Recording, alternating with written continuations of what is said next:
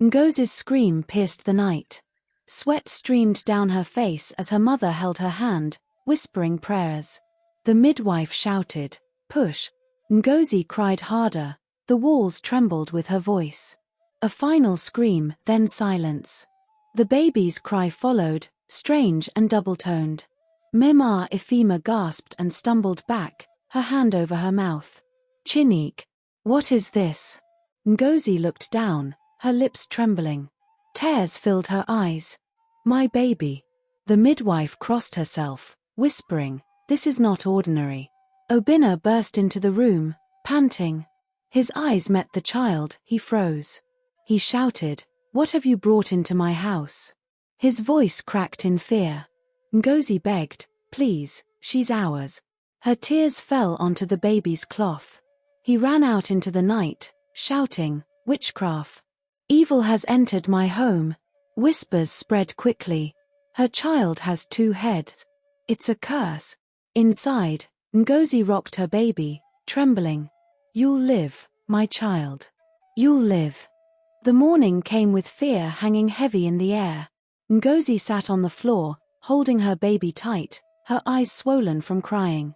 Obinna did not return that night. His mat was empty, cold. Mema Ifema whispered, "The people will come soon.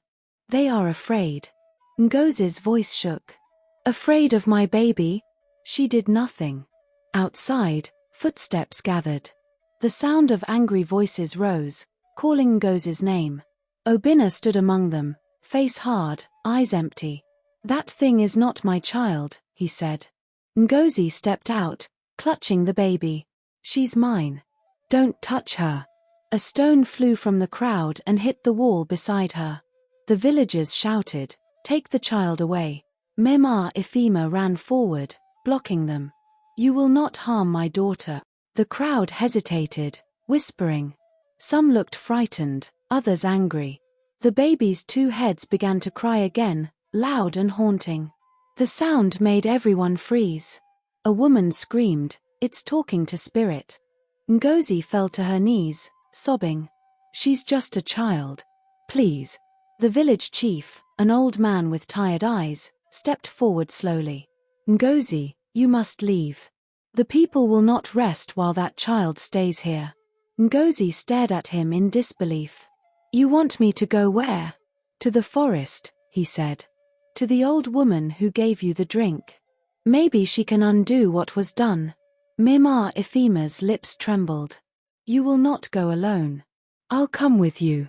Ngozi nodded weakly, wrapping her baby tighter. The 2 heads moved gently, one crying softly, the other looking up at her, quiet and aware. That night, they left before dawn. The village watched from afar, silent. Only the sound of crickets followed them. Ngozi looked back once, tears shining on her face. "We'll come back. I swear we'll come back." She turned and walked into the darkness, her mother beside her, the child's cries echoing through the early morning mist. The forest was cold and quiet.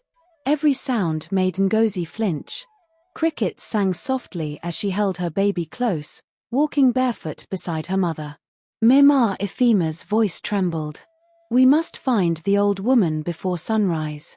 Ngozi nodded, her baby shifting in her arms. One head slept, the other watched the trees, eyes wide and curious. They reached a narrow path that smelled of damp leaves. Shadows moved like they were alive. Ngozi whispered, "Mama, what if she refuses to help?" "Then we'll beg her," Mema Ifema said. A mother never stops fighting for her child.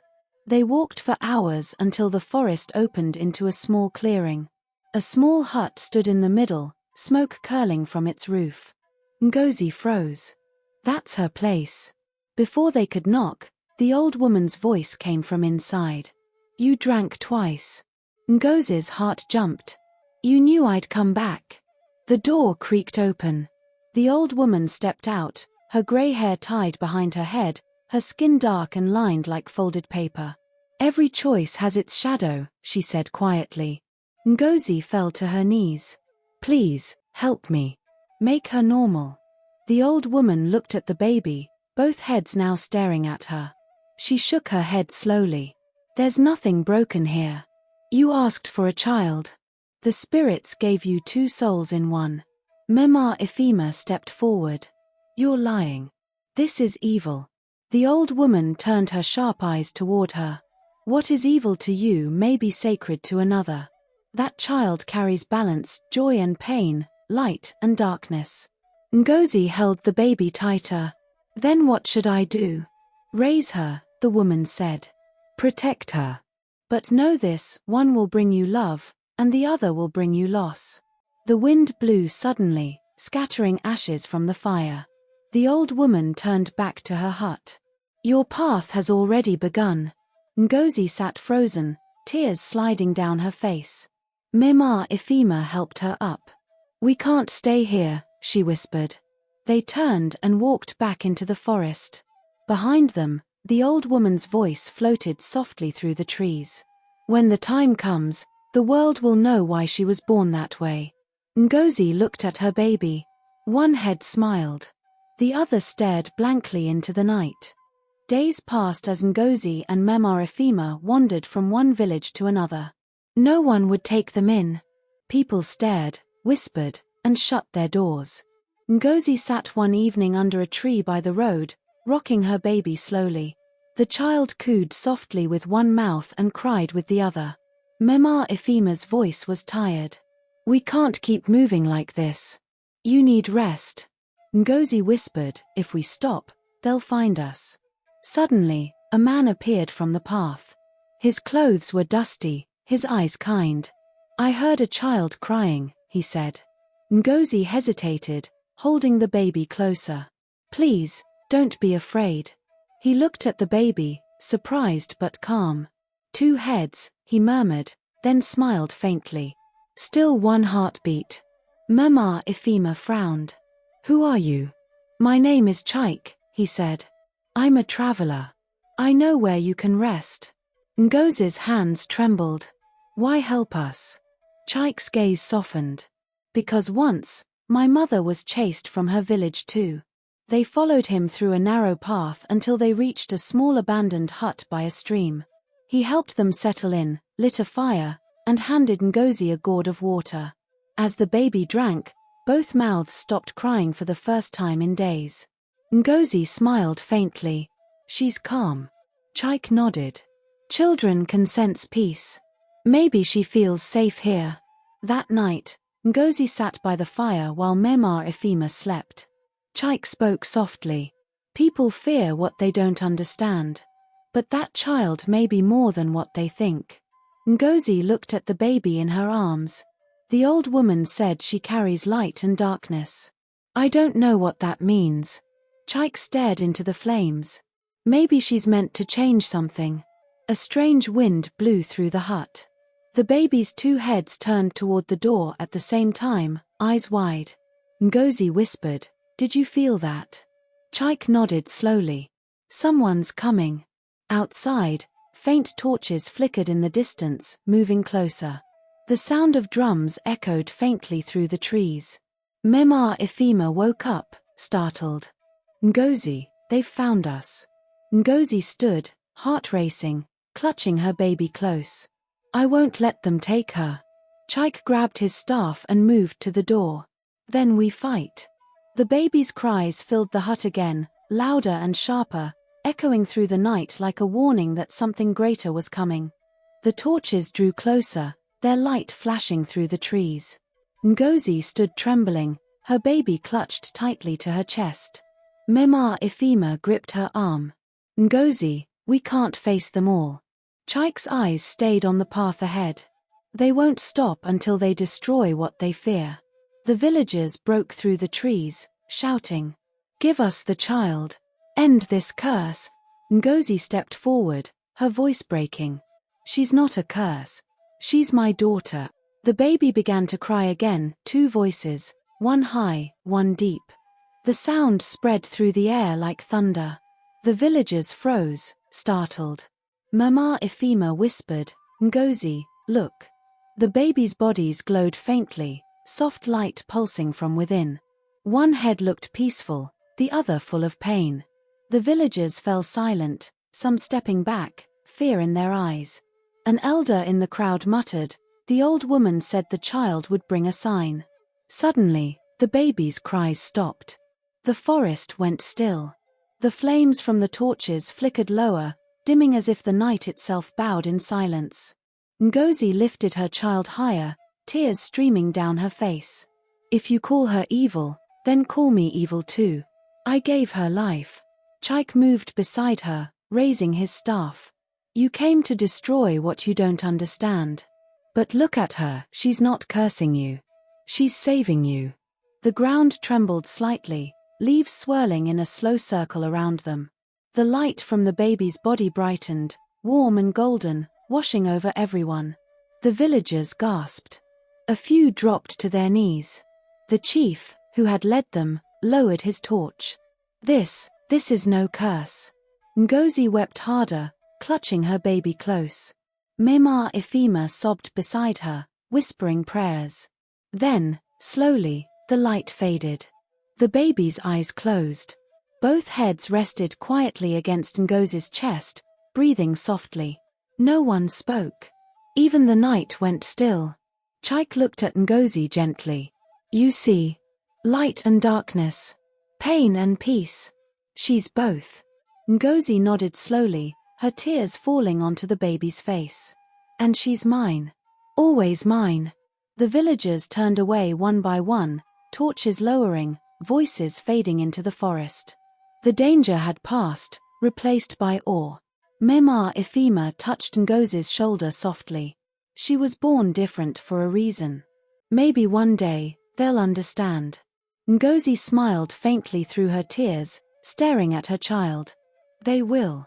I'll make sure of it." As dawn broke, the first rays of sunlight reached the hut.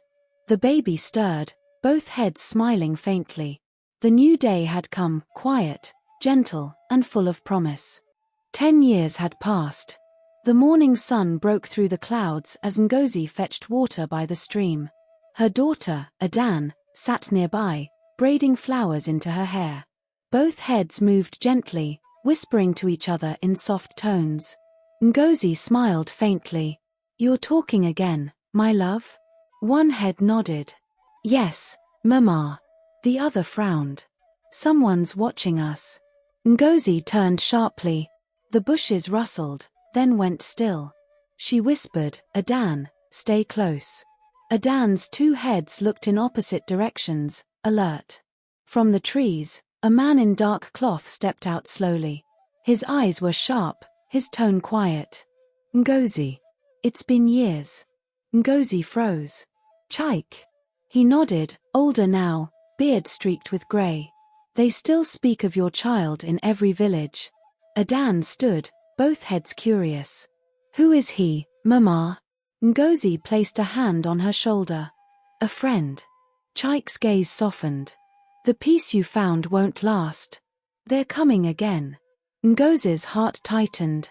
"Why?" "Because power draws envy. The girl has a gift they don't understand." Suddenly, thunder rolled in the clear sky. Adan looked up, both heads whispering different words. Ngozi called, "Adan." The ground trembled slightly. The stream's water began to rise and swirl. Chike grabbed Ngozi's arm. "She's doing it again." Ngozi's voice shook. "Adan, stop." The girl closed both pairs of eyes, breathing deeply. The wind calmed, the water dropped. She opened her eyes, scared. "Mama, I didn't mean to. It just happens when I feel something." Ngozi knelt and held her tightly. "It's okay. It's okay, my child." Chike looked around, uneasy. "You can't stay here anymore.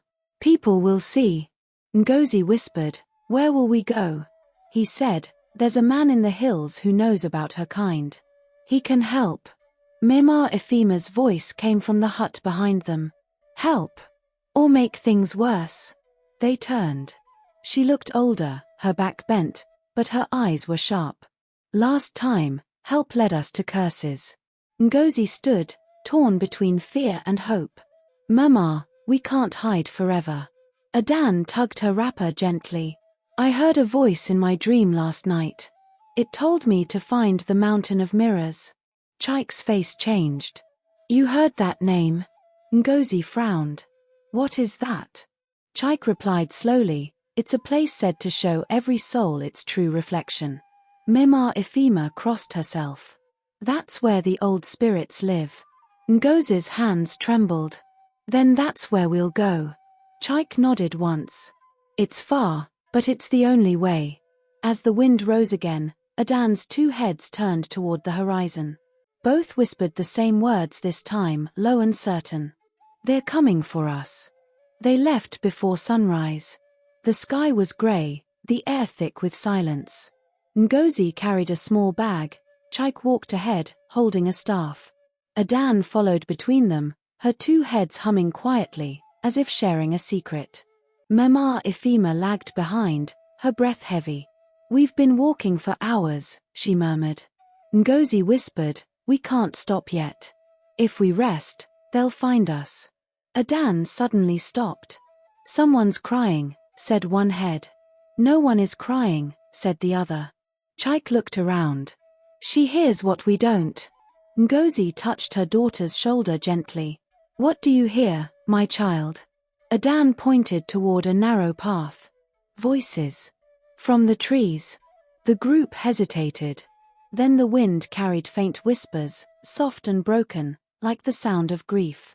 Mema Ifema clutched her wrapper tightly. Let's go back. Chike shook his head. If the mountain called her, we follow her lead. They moved through the narrow path. The trees grew denser, the air colder. The whispers turned into words. Adan's left head said quietly, they're warning us. The right one added, they say danger is close. Ngozi's heart pounded. Chike, what is this place? He said, the forest of echoes. It repeats the voices of the dead. Suddenly, a loud snap echoed. A branch broke above them.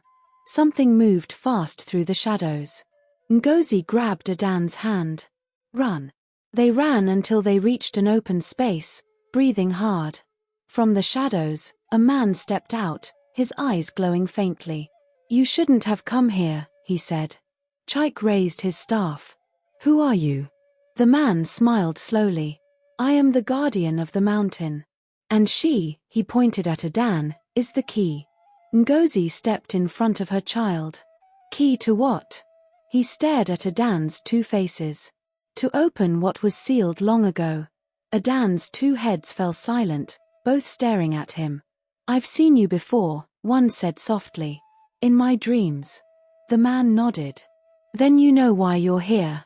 The ground shuddered. The wind turned cold again. Chike whispered, Ngozi, we must move. Now. The man's voice deepened. You can't run from destiny. Ngozi pulled her daughter close and turned away. Watch us, she said. We'll fight it if we must. They ran again, the path twisting through fog. Behind them, the man's laughter echoed softly through the trees. Mema Ifema gasped, clutching her chest. That wasn't human. Chike said, no. That was the spirit guarding the mountain. And now it knows we're coming. Adan looked ahead, her voice calm yet strange. He wasn't lying. Something inside me is waking up. Night fell fast. The forest glowed faintly under the moonlight. Ngozi lit a small fire while Adan sat close, her two heads whispering softly to each other. Mema Ifema shivered, staring at the flames. This place feels wrong, she murmured. Chike added wood to the fire. We'll rest here. The mountain is close. Ngozi looked at her daughter. Are you cold? Adan's right head smiled. No, Mema. The left one whispered, his still watching. Ngozi froze. Who? The man from the forest, Adan said quietly. His behind the wind. The fire flickered, flames bending sideways as if pushed by unseen hands. Mema Ifema clutched her necklace. This child sees things the rest of us can't. Chike frowned. It's starting. The spirit's bond is awakening in her. Ngozi's voice broke. She's just a child. Why must this happen to her? Before anyone could answer, a sudden burst of light flashed through the trees. The ground rumbled. Adan stood slowly, both heads staring straight ahead. "He's calling me." Ngozi reached for her.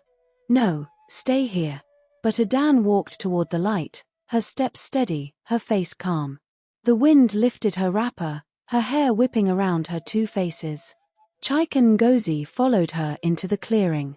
At the center stood a stone arch glowing with faint blue light.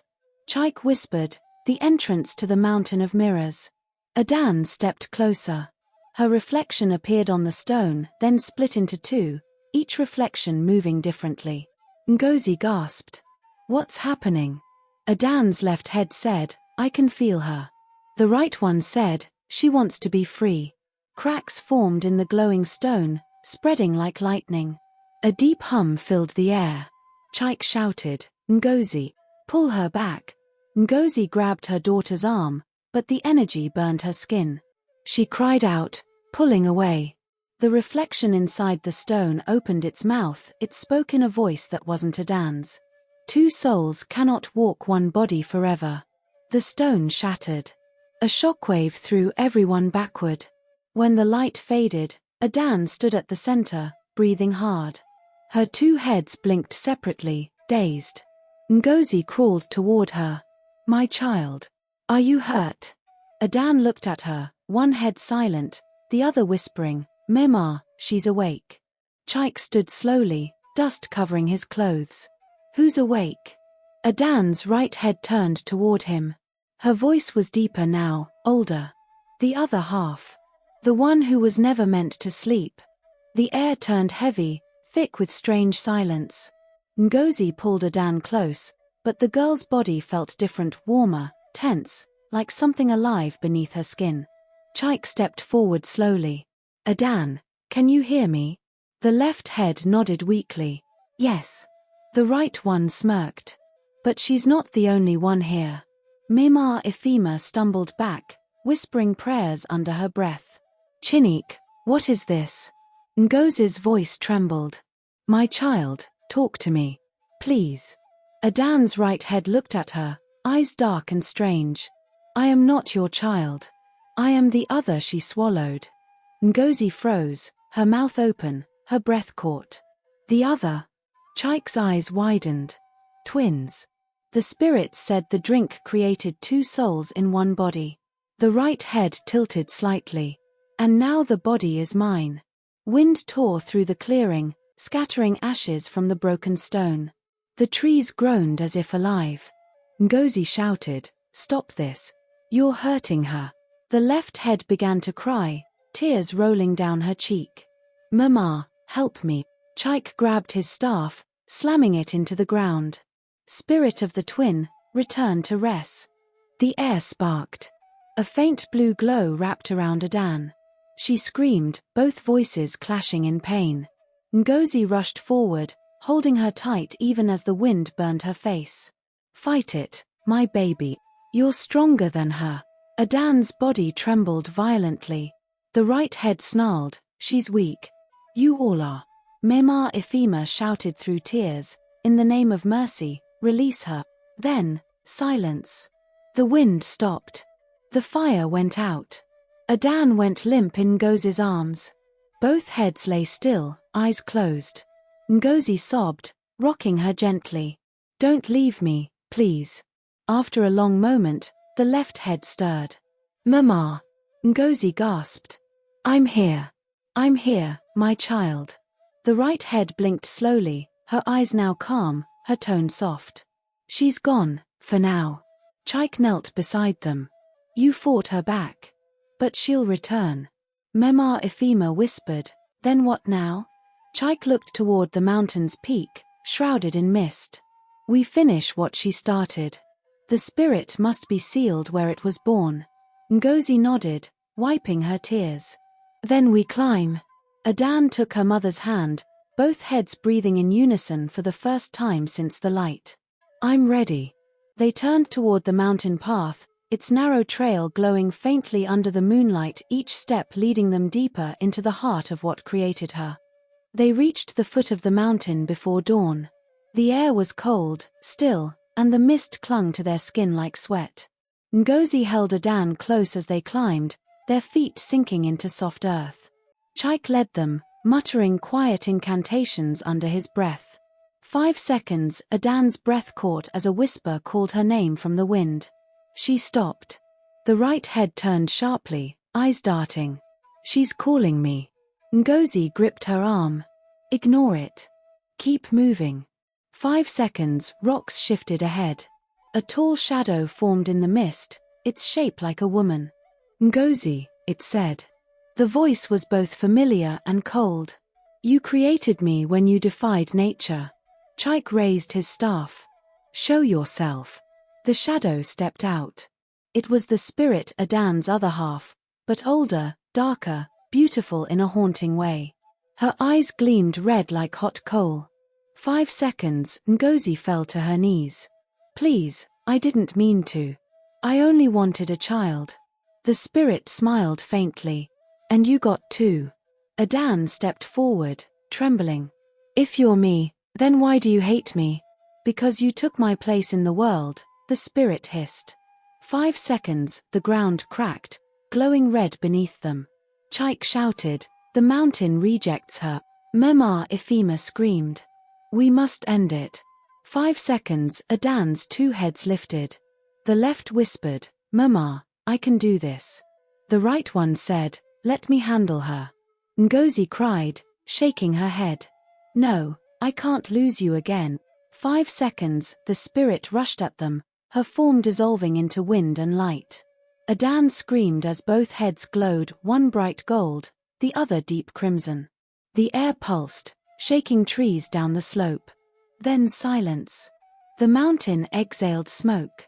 Ngozi fell to the ground, calling Adan's name. Dust cleared. The girl stood alone, only one head now, her eyes calm, her skin glowing faintly. Mema, she said softly. She's gone. I sent her back. Ngozi wrapped her in a shaking embrace, sobbing into her shoulder. My baby, you're whole. Chike sank to the ground, exhausted. It's over. Mema Ifema crossed herself, tears streaming. God have mercy. 5 seconds, sunlight finally broke through the clouds, landing on them like a quiet blessing. Adan looked up at the mountain peak. She wanted peace. I gave it to her. Ngozi smiled through tears. Then let her rest. They walked down slowly, hand in hand, the world around them calm for the first time since the day Adan was born. No whispers, no shadows, only the sound of a mother and daughter breathing as one. Thank you so much for watching this powerful story. What an unforgettable journey of love, fear, and redemption. If this story touched your heart, don't forget to hit that subscribe button right now, so you won't miss the next one. Tell us which country you're watching from and what your time says at this moment. We love seeing where our family is tuning in from. Your support keeps us going and helps us bring more incredible stories like this to life.